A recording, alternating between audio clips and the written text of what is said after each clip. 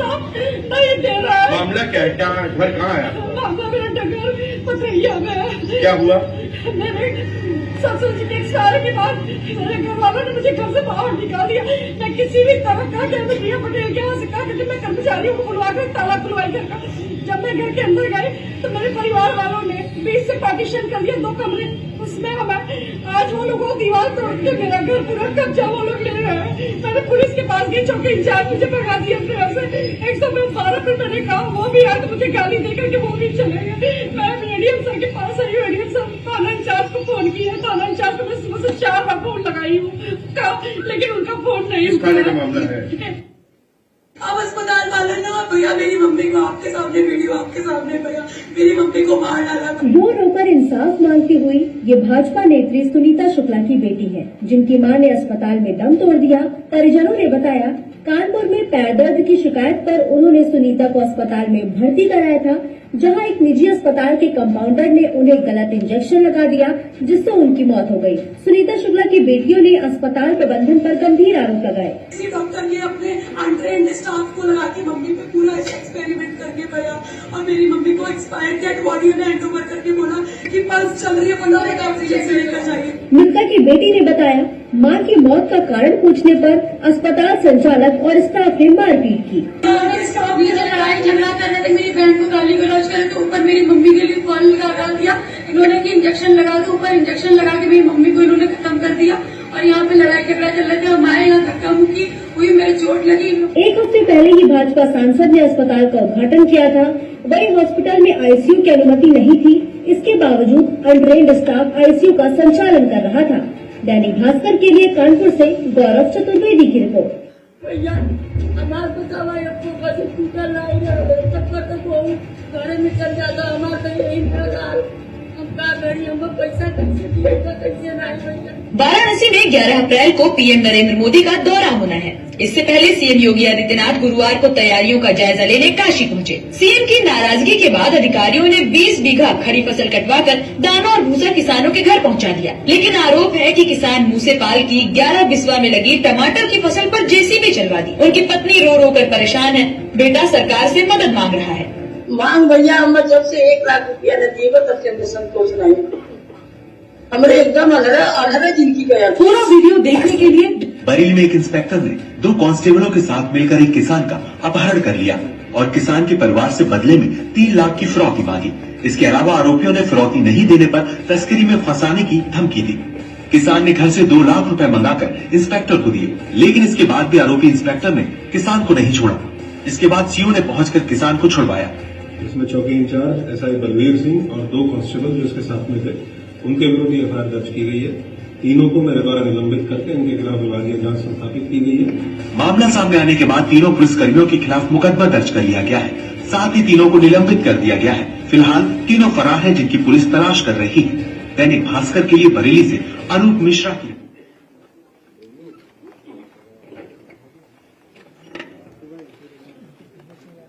मैं सबसे पहले प्रेस के साथियों का बहुत बहुत धन्यवाद और आभार प्रकट करना चाहता हूं। हम लोग बहुत दिनों बाद मिल रहे हैं। सबसे पहले हम सब लोग मिलकर के महर्षि कश्यप जी का माल्यार्पण किया था, उनको याद करते हैं। निषाद राज जी का याद करते हैं, राजा गुरुराज निषाद जी का। सम्राट अशोक जी की जयंती पूरे प्रदेश में, पूरे देश में जगह जगह लोग मना रहे हैं। सम्राट अशोक जी को याद भी कर रहे हैं। उसके बाद हम लोगों ने एक बेटी, उसको सम्मान करने का काम किया है। इधर ये वीडियो दिखाने का मकसद यही था कि जो लोगों ने 0 टॉलरेंस का नारा दिया था कानून व्यवस्था को लेकर के, 0 टॉलरेंस करप्शन को लेकर के, दोनों ही चीजें उत्तर प्रदेश में 0 हो गई। ये कोई पहली बार नहीं कहा जा रहा है। उत्तर प्रदेश में कानून व्यवस्था को बेहतर बनाने के लिए नारे के माध्यम से सरकार ने जो 0 टॉलरेंस की पॉलिसी का नारा दिया था, अगर पिछला रिकॉर्ड उठा करके हम देखें तो ये नारा ही 0 हो गया है। बहुत कम ऐसा देखने को मिलता होगा कि पुलिस ही फिरौती के लिए अपहरण कर रही हो, पुलिस फिरौती के लिए अपहरण कर रही हो और पुलिस पर ही एफआईआर कर रही हो,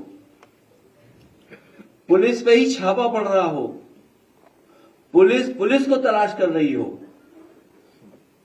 तो आप बताओ ये 0 टॉलरेंस कहां बचा है? और जो वीडियो हमने देखे हैं तो ये तो 1, 2, 3 दिखा पाए हम लोग। आपसे बेहतर कौन जानेगा कि पूरे प्रदेश में कोई कानून व्यवस्था की चीज नहीं, कहीं न्याय नहीं मिल रहा है और उसका परिणाम यह है कि लोगों को भटकना पड़ रहा है। और इधर जो देखने को मिल रहा है, बीजेपी के लोग बीजेपी से ही नाराज हैं, बीजेपी के लोगों को भी नहीं न्याय मिल रहा है, बीजेपी के खिलाफ खड़ी हुई है।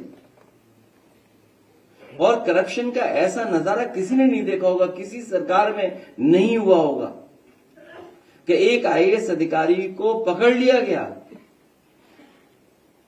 उसके बीच के जो हिसाब किताब बनाता था, या दलाल बोले या कोई और दूसरा शब्द बोले, जो मैनेजमेंट का काम करता था, उसको पकड़ लिया गया। और सुनने में आ रहा है कि वो केवल एक आईएएस अधिकारी का मैनेजमेंट नहीं करता था, कई लोगों का वो मैनेजमेंट करता था। ये भ्रष्टाचार का मामला नहीं था, ये जो बंटवारे में झगड़ा हुआ उसका वजह से ये पोल खुल गई, जो बंटवारे का झगड़ा था उससे पोल खुली है। ये बातें मैं इसलिए कह रहा हूं कि जब भारतीय जनता पार्टी खुद मान गई है कि उनका 80-20 का भी नारा नहीं चलने वाला है, जो 80-20 का नारा देते हैं, 46 में 56 बोलने वालों से मैं पूछना चाहता हूं कि जो 80-20 का नारा है, हम लोग 80 में आते हैं कि 20 में आते हैं?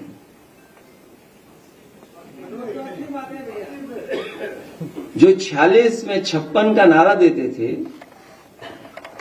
मैं उन्हीं से जानना चाहता हूं कि मैं 80 में आता हूं कि 20 में आता हूं?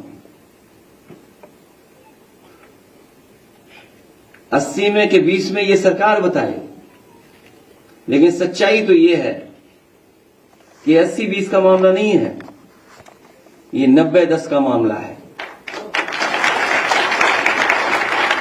क्योंकि आधी आबादी इनसे इतनी पीड़ित है जिसकी आप कल्पना नहीं कर सकते। आधी आबादी को, पीडीए परिवार को जोड़ दें तो ये हिसाब किताब 90-10 का बनता है।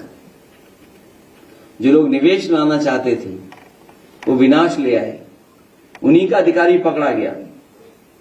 सुनने में तो आ रहा है कि मुख्यमंत्री आवास में ही सब छिपे हुए हैं भ्रष्टाचारी लोग, जो लोग न जाने कहां पाताल से ढूंढ लाते थे लोगों को, पाताल में ढूंढने चले जाते थे। वो मुख्यमंत्री आवास में नहीं ढूंढ पा रहे कि अधिकारी वहीं छिपा हुआ है।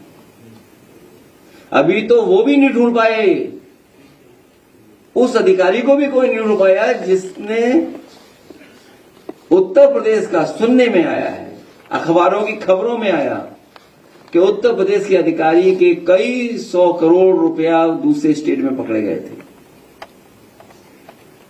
इसलिए जो लोग कमजोर हो गए हैं, उनका अपना वोट खिसक गया, जनता जागरूक हो गई। जनता के सामने न किसान के सवाल पर सरकार के पे कोई योजना बना पाए, जो आय दो होनी थी वो नहीं कर पाए, नौजवान को नौकरी रोजगार नहीं दे पाए, आरक्षण नहीं दे पाए, महंगाई कम नहीं कर पाए, निवेश नहीं ला पाए, और अब तो टैरिफ वाला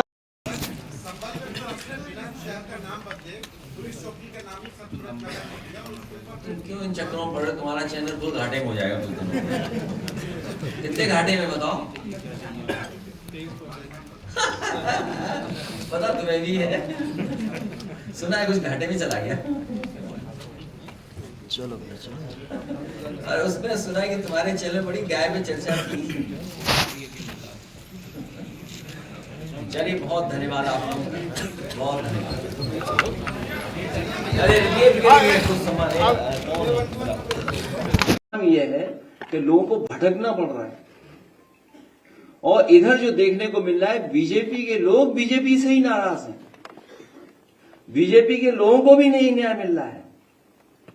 बीजेपी के खिलाफ खड़ी हुई है,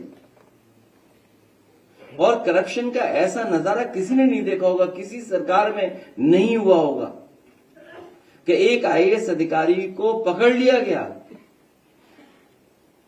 उसके बीच के जो हिसाब किताब बनाता था, या दलाल बोले या कोई और दूसरा शब्द बोले, जो मैनेजमेंट का काम करता था, उसको पकड़ लिया गया।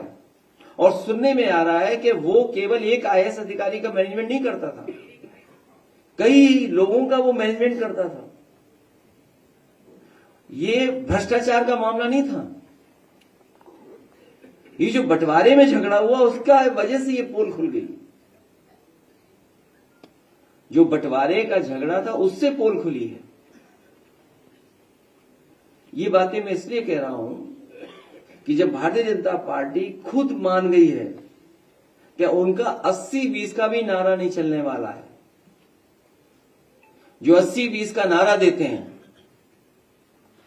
46 में 56 बोलने वालों से मैं पूछना चाहता हूं कि जो 80-20 का नारा है, हम लोग 80 में आते हैं कि 20 में आते हैं?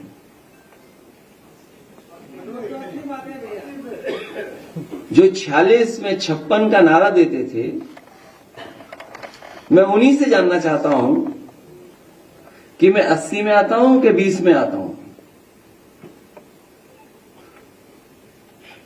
80 में कि 20 में ये सरकार बताए, लेकिन सच्चाई तो ये है कि 80-20 का मामला नहीं है, ये 90-10 का मामला है। क्योंकि आधी आबादी इनसे इतनी पीड़ित है जिसकी आप कल्पना नहीं कर सकते। आधी आबादी को, पीडीए परिवार को जोड़ दें तो हिसाब किताब 90-10 का बनता है। जो लोग निवेश लाना चाहते थे वो विनाश ले आए, उन्हीं का अधिकारी पकड़ा गया। सुनने में तो आ रहा है कि मुख्यमंत्री आवास में ही सब छिपे हुए हैं भ्रष्टाचारी लोग,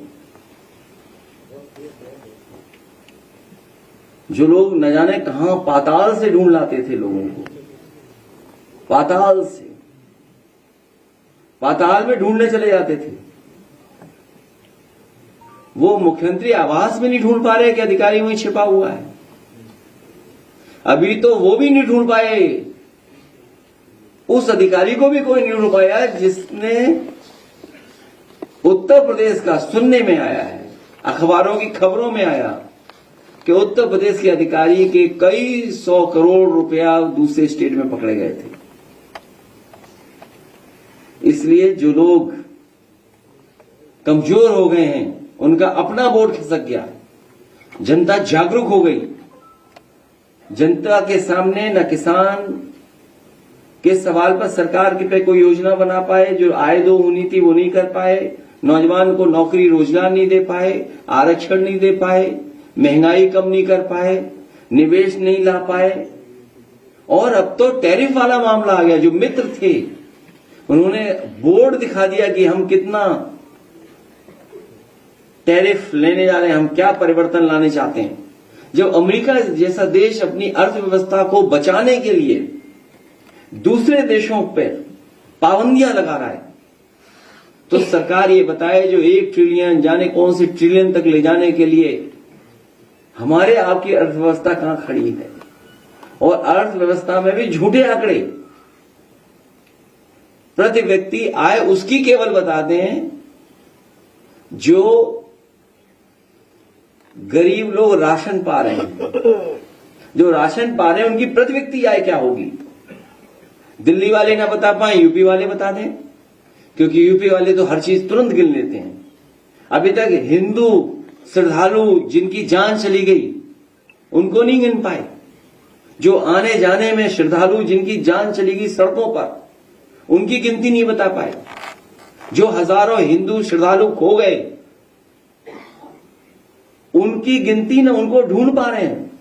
और सुनने में आ रहा है परिवारों को मनाने के लिए काले धन में संतुष्ट किया जा रहा है, पैसे देकर संतुष्ट किया जाता है। ये गिनती इसलिए नहीं बताई जा रही क्योंकि इनको मुआवजा देना पड़ेगा।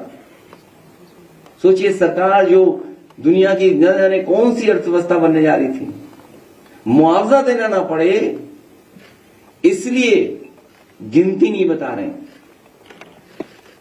और फिर बहस को बदलने के लिए जहां कुंभ की तो गिनती बताई नहीं पाए हैं, गाय जानवर की भी गिनती नहीं बता पा रहे हैं जो इनके गौशाला में हैं, न गिनती रहने वालों की बता पा रहे हैं जिनको देखभाल कर रहे हैं लोग, न दवाई का हिसाब किताब दे पा रहे हैं, न इलाज के लिए जो संसाधन जुटाए उसका हिसाब किताब दे पा रहे हैं, और न मरने वालों की दे पा रहे हैं। हम तो चाहते हैं कि कम से कम सरकार गिनती तो बताए, गिनती में खेल न करे। इसलिए ये सरकार जो अपना सब कुछ खो दी है, इसीलिए कम्युनल पॉलिटिक्स पर उतर आई है। ये कम्युनल पॉलिटिक्स इसलिए कर रहे हैं क्योंकि किसान की आय दोगुनी नहीं कर पाए, गन्ने की कीमत नहीं दे पाए, बिजली महंगी है, महंगाई है, निवेश नहीं ला पा रहे, रोजगार नहीं, नौकरी नहीं, वेतन नहीं बढ़ पा रहा, चैनल घाटे में जा रहे हैं, बड़े बड़े पैमाने पे घाटे में जा रहे हैं, हर चीज घाटे की हो गई। और अब जब अमेरिका अर्थव्यवस्था अपनी संभाल रहा है, सेंसेक्स की आप देखते हुए कहां लुढ़क गया है। जिन लोगों ने निवेश किया वो अपना पैसा निकाल रहे, वो जानते हैं कि यहां पे मुनाफा होने वाला नहीं है भारत में, इसीलिए तो सेंसेक्स तुरंत लड़खड़ा जाता है क्योंकि वो आपकी अर्थव्यवस्था पे नहीं टिका है, आपके निवेश पे नहीं टिका है। जो मुनाफा कमाना चाहते हैं उनके निवेश पे टिका हुआ है। जब उनको लगता है कि भारत में निवेश पे हमारा मुनाफा नहीं हो रहा तो वो पैसा बाहर ले रहे हैं। इसलिए ये सरकार कम्युनल रास्ता अपना रही है। मुझे उम्मीद है जो कार्यक्रम समाजवादी पार्टी ने घोषित किया है, बाबा साहब अम्बेडकर जयंती के अवसर पर 8 अप्रैल से 14 अप्रैल हम सभी समाजवादी लोग और पीडीए परिवार के लोग मिलकर के इस कार्यक्रम को सफल बनाएंगे और घर घर जाकर के लोगों को जागरूक करेंगे, क्योंकि संविधान ही हमारी संजीवनी है और संविधान ही हमारी ढाल है। जब कभी भी हमारे सम्मान पर आंच आएगी, जब कभी भी हमारे जान को खतरा होगा, तो यही संविधान हमारी ढाल बनकर के हमारी मदद करेगा। के बाद इस्तीफे का दौर शुरू हो गया है, ये आरएलडी में कई नेताओं ने इस्तीफा दिया है और उधर किसानों में कई इस्तीफे हो गए। मैंने अपने लोकसभा के भाषण में कहा था कि वक्फ के लिए जो कानून लेकर के आए हैं, ये भारतीय जनता पार्टी के लिए वाटरलू साबित होगी।